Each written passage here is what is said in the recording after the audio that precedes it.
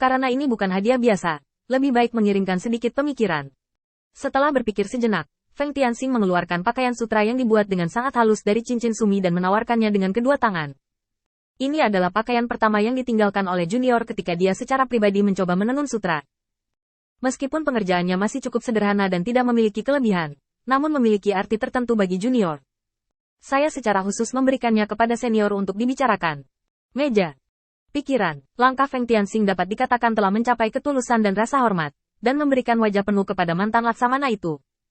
Keahlian garmen sutra ini semuanya ada di garmen ini. Jika dia tega mempelajarinya, dia bisa mengambil sepotong sutra Feng Tianxing. Ini adalah niat Feng Tianxing.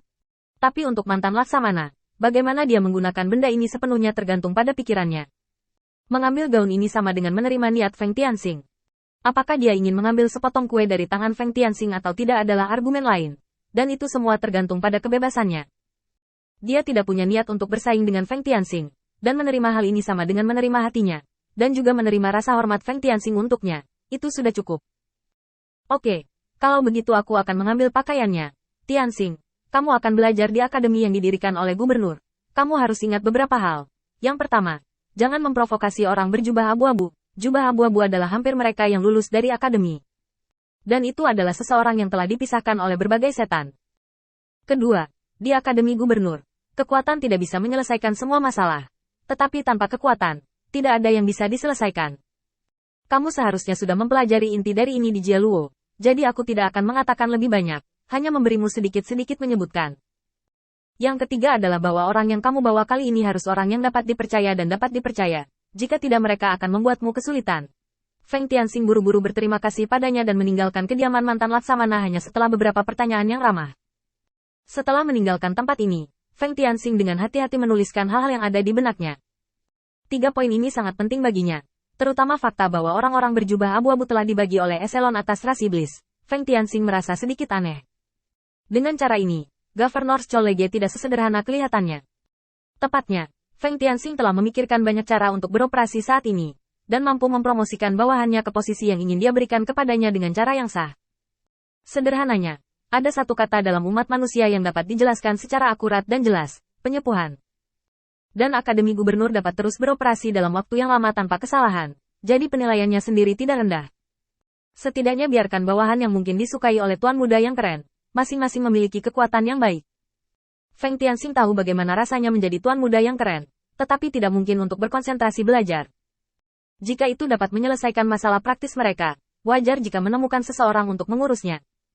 Dengan kata lain, Akademi Gubernur ini adalah tempat untuk melatih bawahan dan mengantarkan mereka ke eselon atas ras iblis. Tentu saja, ini hanya kesimpulan Feng Tianxing. Semua harus menunggu sampai tampilan sebenarnya untuk mengetahuinya. Berlebihan 1-10. Ketika kamu kembali dan mengepak barang-barangmu dan berangkat bersamaku, aku akan membiarkan Jiang memimpin tim. Ketika ada sesuatu yang bisa diatur oleh Jiang untukku, itu cukup jelas. 10 pengawal semuanya setuju dengan suara yang dalam. Sebagai iblis muda, mereka tidak keberatan pergi ke Akademi Gubernur sebagai pengawal. Lagi pula, tinggal di rumah Laksamana terlalu membosankan. Itu sebabnya Laksamana Feng Tianxing memenuhi syarat untuk menarik mereka keluar dari situ. Sekarang memungkinkan untuk pergi. Jika Feng Tianxing bahagia di masa depan, bukankah keren membiarkan mereka bergerak bebas? Kemajuan urusan Laksamana jauh lebih mulus dari yang diharapkan Feng Tianxing. Dalam 10 hari terakhir, Feng Tianxing telah duduk di rumah Laksamana, dan dia sibuk dengan sekelompok penguasa kota untuk menyelesaikan semua aspek pekerjaan serah terima. Feng Tianxing juga membutuhkan waktu untuk melihatnya, dan dia tidak mengajukan pertanyaan di lain waktu. Sikap yang begitu jelas memungkinkan pengalaman yang luar biasa untuk dialami, dan pemborosan dianggap sebagai kandidat yang baik. Bahkan jika dia sibuk sampai larut malam, dia tidak pernah mengeluh sepatah kata pun. Keesokan harinya, begitu lampu dinyalakan, dia memulai pekerjaan hari lain. Sikap seperti itu membuat Feng Tianxing sangat puas, dan sikap borosnya selalu sangat ketat, yang membuat Feng Tianxing sangat puas. Sedu, kamu bekerja keras di sini. Jika hasilnya bagus setelah 3 tahun, kamu akan menjadi pengurus rumah tanggaku di masa depan, dan aku akan menyerahkan semua hal sepele kepadamu. Sebagai pelayan Feng Tianxing, posisi tertinggi yang bisa dia raih adalah pembantu rumah tangga. Mendengar janji ini, dia sangat senang dan lebih termotivasi. Sebelum pergi, Feng Tianxing bertemu dan lagi. Setelah bernegosiasi sekitar setengah hari, itu diselesaikan. Setelah menyelesaikan kedua antek dengan cara ini, Feng Tianxing meninggalkan rumah Laksamana lebih cepat dari jadwal. pergi ke akademi yang didirikan oleh gubernur.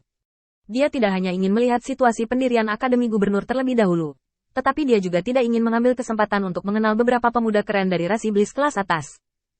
Cari tahu berapa banyak gangster yang berkuasa di eselon atas ras iblis, dan cari tahu proses orang-orang ini memimpin pasukan untuk membuat keputusan, untuk meletakkan dasar yang kokoh untuk masalah di masa depan. Sekarang Feng Tianxing adalah Laksamana, iblis yang memiliki identitas yang sesuai secara alami menarik gerobak untuk melayaninya, dan dia tidak perlu membuang energinya di sepanjang jalan. Feng Tianxing mengeluarkan batu yang diberikan Ludu sebelum berpisah, dan mulai mempelajarinya. Tekstur batu ini bagus, dan ada batu giok kecil di dalamnya. Ukiran giok adalah barang yang sangat mewah di antara umat manusia, dan pengerjaan yang sangat indah bahkan lebih membuat ketagihan. Hanya saja mengukir batu giok bukanlah tugas yang mudah. Feng Tianxing membutuhkan pelatihan khusus untuk melakukannya, yang membutuhkan waktu. Dia belum berada di rumah Laksamana, jadi dia hanya mencatat teknik mengukir satu persatu, berniat untuk mencatatnya dalam sebuah buku dan kemudian menyerahkannya kepada Hedu. Perjalanan 1 bulan benar-benar membuat orang merasa mual. Tidak hanya Feng Tianxing yang merasa bosan, tetapi juga para pengawal itu semuanya mati.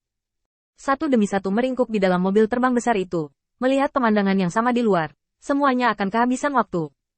Sisi menatap Feng Tianxing tanpa daya. Tuan Feng, berapa lama kita di sini?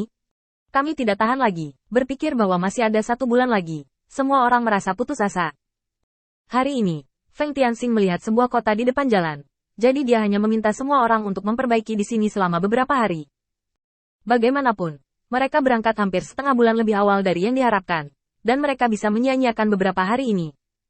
Dengar, kalian bersepuluh mengizinkan kalian berdua keluar untuk bermain setiap hari, dan 8 sisanya dibagi menjadi 2 tim. 1 tim bertugas di dekat kediaman, dan tim lainnya mengikutiku berkeliling.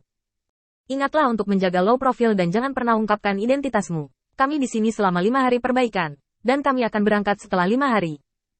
Kalian yang menarik gerobak akan beristirahat dengan baik selama beberapa hari. Jiang, kamu turun bersamaku dan berkeliling dulu.